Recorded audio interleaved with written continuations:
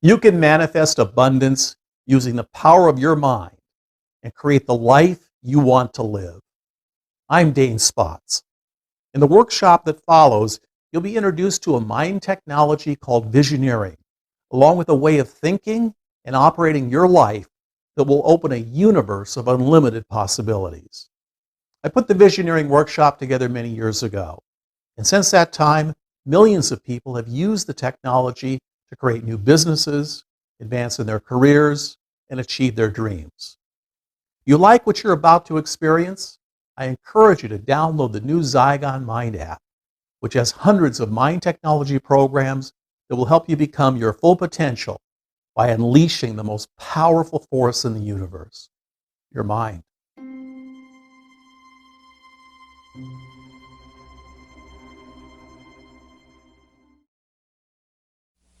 To create lasting change, you must rescript the core set of beliefs that forms how you think and perceive your reality. Inside our subconscious minds, we have scripted what we see as the truth.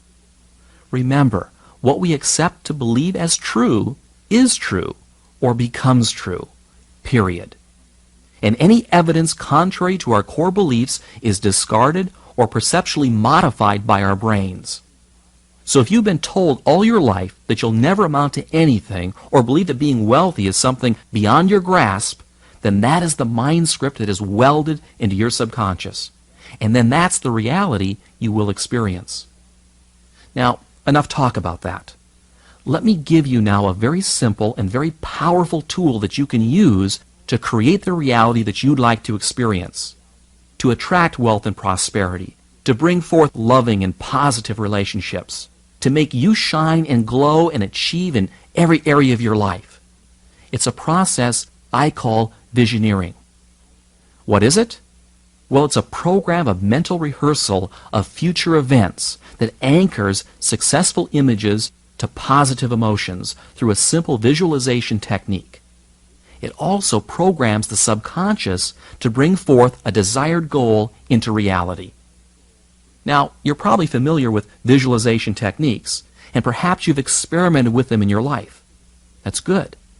Most people try it for a while, but then they give up, usually for two reasons. The first is that the old you creeps in again with excuses for not changing.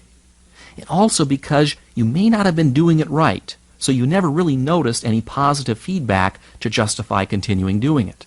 Well, I'm going to give you a super simple solution that's going to work incredibly well, but it's up to you to use it. And there are 3 steps in the process. Before I give them to you, let me give you a bit of a tip. You must set up a regular time each and every day for your visioneering session. We're talking about 5 minutes a day. 5 minutes, and you can achieve any worthwhile goal that you desire. Morning or night, it doesn't really matter. Just give yourself the 5 minutes. You're worth it. Now, this 5 minutes must be exclusively devoted to the visioneering process. Okay, are you ready for a session?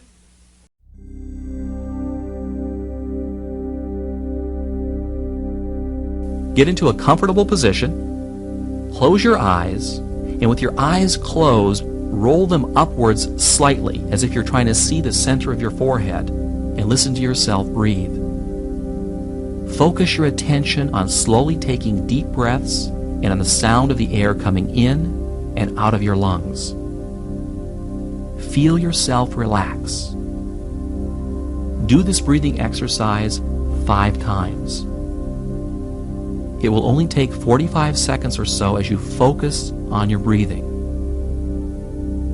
This is a simple relaxation exercise that will immediately alter your consciousness, putting your brain into an alpha state. In fact, if you were to hook yourself up to an EEG machine while doing this simple procedure, you would see an increase in alpha wave production emitting from your brain.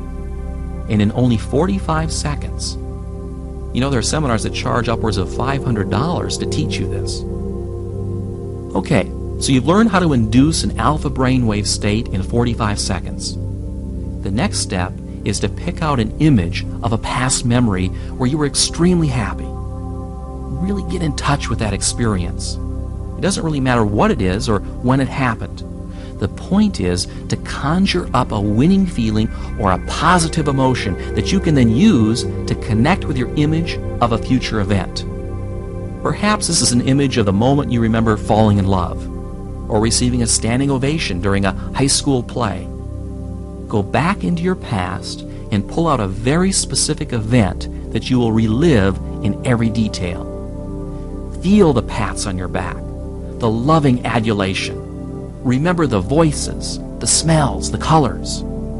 As you recreate this scene, let yourself re-experience all of those winning feelings. What you're doing here is bringing forward into your consciousness a positive emotion that will psychologically become connected with a future goal in your subconscious. This has the effect of anchoring that desired goal into the subconscious mind so that it's energized and becomes a subconscious reality. Now, making it happen is really quite easy, because if the subconscious mind believes it, it will alter your perceptions and will look for it to make it into a reality. I'll talk more about that a little bit later. Okay, once you've relived that positive moment and felt those winning feelings welling up inside of you, the next step is to envision the future goal that you want to achieve as vividly as possible. It can be through a mental picture, a word, a musical note, a taste. In fact, any sensory image that you can think of. Each person is different. Some people respond better to pictures, while others words. The key point here is to see yourself as if you've already achieved that goal, whether it's in the form of a picture, a feeling, or words. If it's money, see yourself as already having it. Perhaps the images are of you going to the bank with a big deposit, or you're sitting at your desk at work piled high with $100 bills. Smell the money, roll in it, throw it in the air. See yourself walking down the street wearing the finest clothes, driving your dream car, and hearing the whispers and comments of your friends, wondering how you ever got so successful. If you're a student taking a test, see that big red A+ marked across the top of your exam. If you're a salesperson, see yourself actually closing the sale. If you're giving a speech, see the audience clapping for you and telling you what a wonderful job that you've done. Let's say you want a vacation home on Cape Cod or in Malibu. Picture yourself walking through the front door, noticing the color and the texture of the walls, the lawn, the roof, the entry area. Go ahead and walk through the entire home in your mind, filling in the details exactly as you would like them to be in your reality.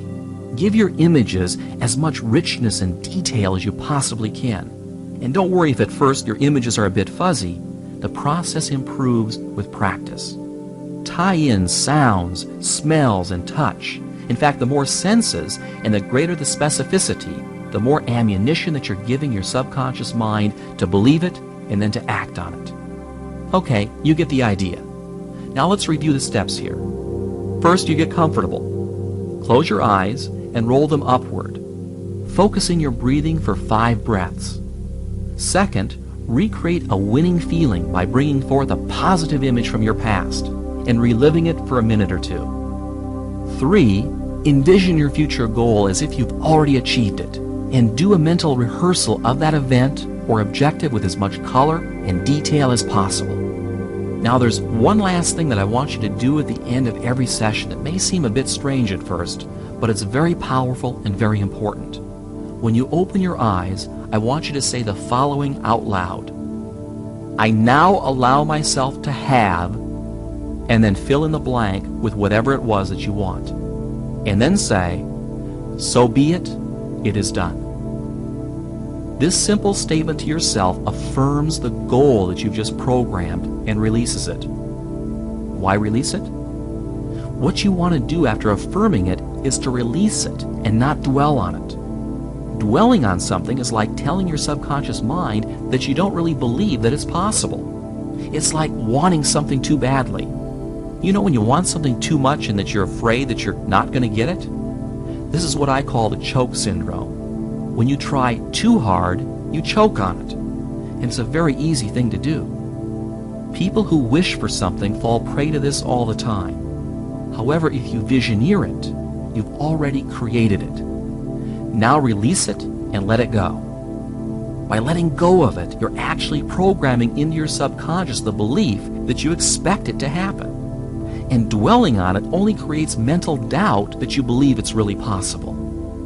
And there's something else too. You must believe that you deserve it and not feel the least bit guilty about it. For many of us, we have an unconscious guilt about being happy. And you need to remove those feelings from your subconscious once and for all. Why would we feel guilty about being happy? Well, it's because somewhere along the line our parents, our schools, our churches, or our friends have programmed into us that we have to suffer to be happy, or pay a price for happiness, or that just when things are starting to get good, they all turn bad. Well, that's all a lot of hogwash. People say those things because they themselves have a belief system of limitation and lack. They believe at a core level that they don't deserve success and happiness, so why should anyone else? Most people think that happiness comes out of being successful or having good health, when in fact the reverse is true. Happiness is not something that's earned or deserved. Happiness is simply a state of mind by which our thinking is positive a good share of the time. If you wait until you feel deserving of having pleasant thoughts about your life, you'll end up convincing your subconscious that you're undeserving of happiness. And the result is you'll be unhappy and unsuccessful in most of your undertakings. It's not selfish or wrong to be happy, regardless of where you are in life. So be happy. Happiness is a means to an end, success and well-being. And it's also an end in and of itself that we all desire. Happiness is not something that happens to you. It's something that you cultivate, that you determine and control. If you're waiting for happiness to happen to you, you're going to have a long wait. Instead, leapfrog to it right now. How do you do that? Well, it's really very simple. By being and acting happy, even when you're not. It's what all winners do, and it's what you should do, and do it now. Here are the 3 components that will allow you to create the mental habit of being happy the majority of the time and winning in every circumstance that you encounter. The first aspect of this is to not allow any outward experiences to influence you about how you think about yourself. You do this by changing the way that you react to circumstances. Instead of being a participant in the circumstance, be apart from it. Let's say you're a salesperson, and you make sales and you create commissions for a living. And you've just spent the last 3 months of your time and money putting together a major deal, and it's just getting ready to close when your prospect backs out at the last minute. Your commission was big bucks, and you see it all going down the drain before your very eyes. And you say to yourself, I just knew this was a lousy business. Why did I ever go into this business in the first place? People are rotten. Now I have to start all over again. Whoa, wait a minute, time out. Stand outside of this picture for a moment. The circumstances are that the deal fell through, but how you react to it will have everything to do with your happiness and the success of future deals. Instead of moaning and feeling helpless, make a conscious habit of reacting aggressively and positively towards threats and problems. Don't let it affect you personally. It's just another deal in a world that's full of deals. Move on to the next one.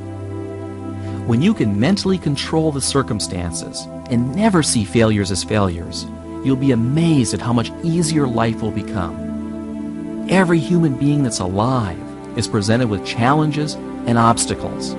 It's only how we perceive them that makes them negative or positive.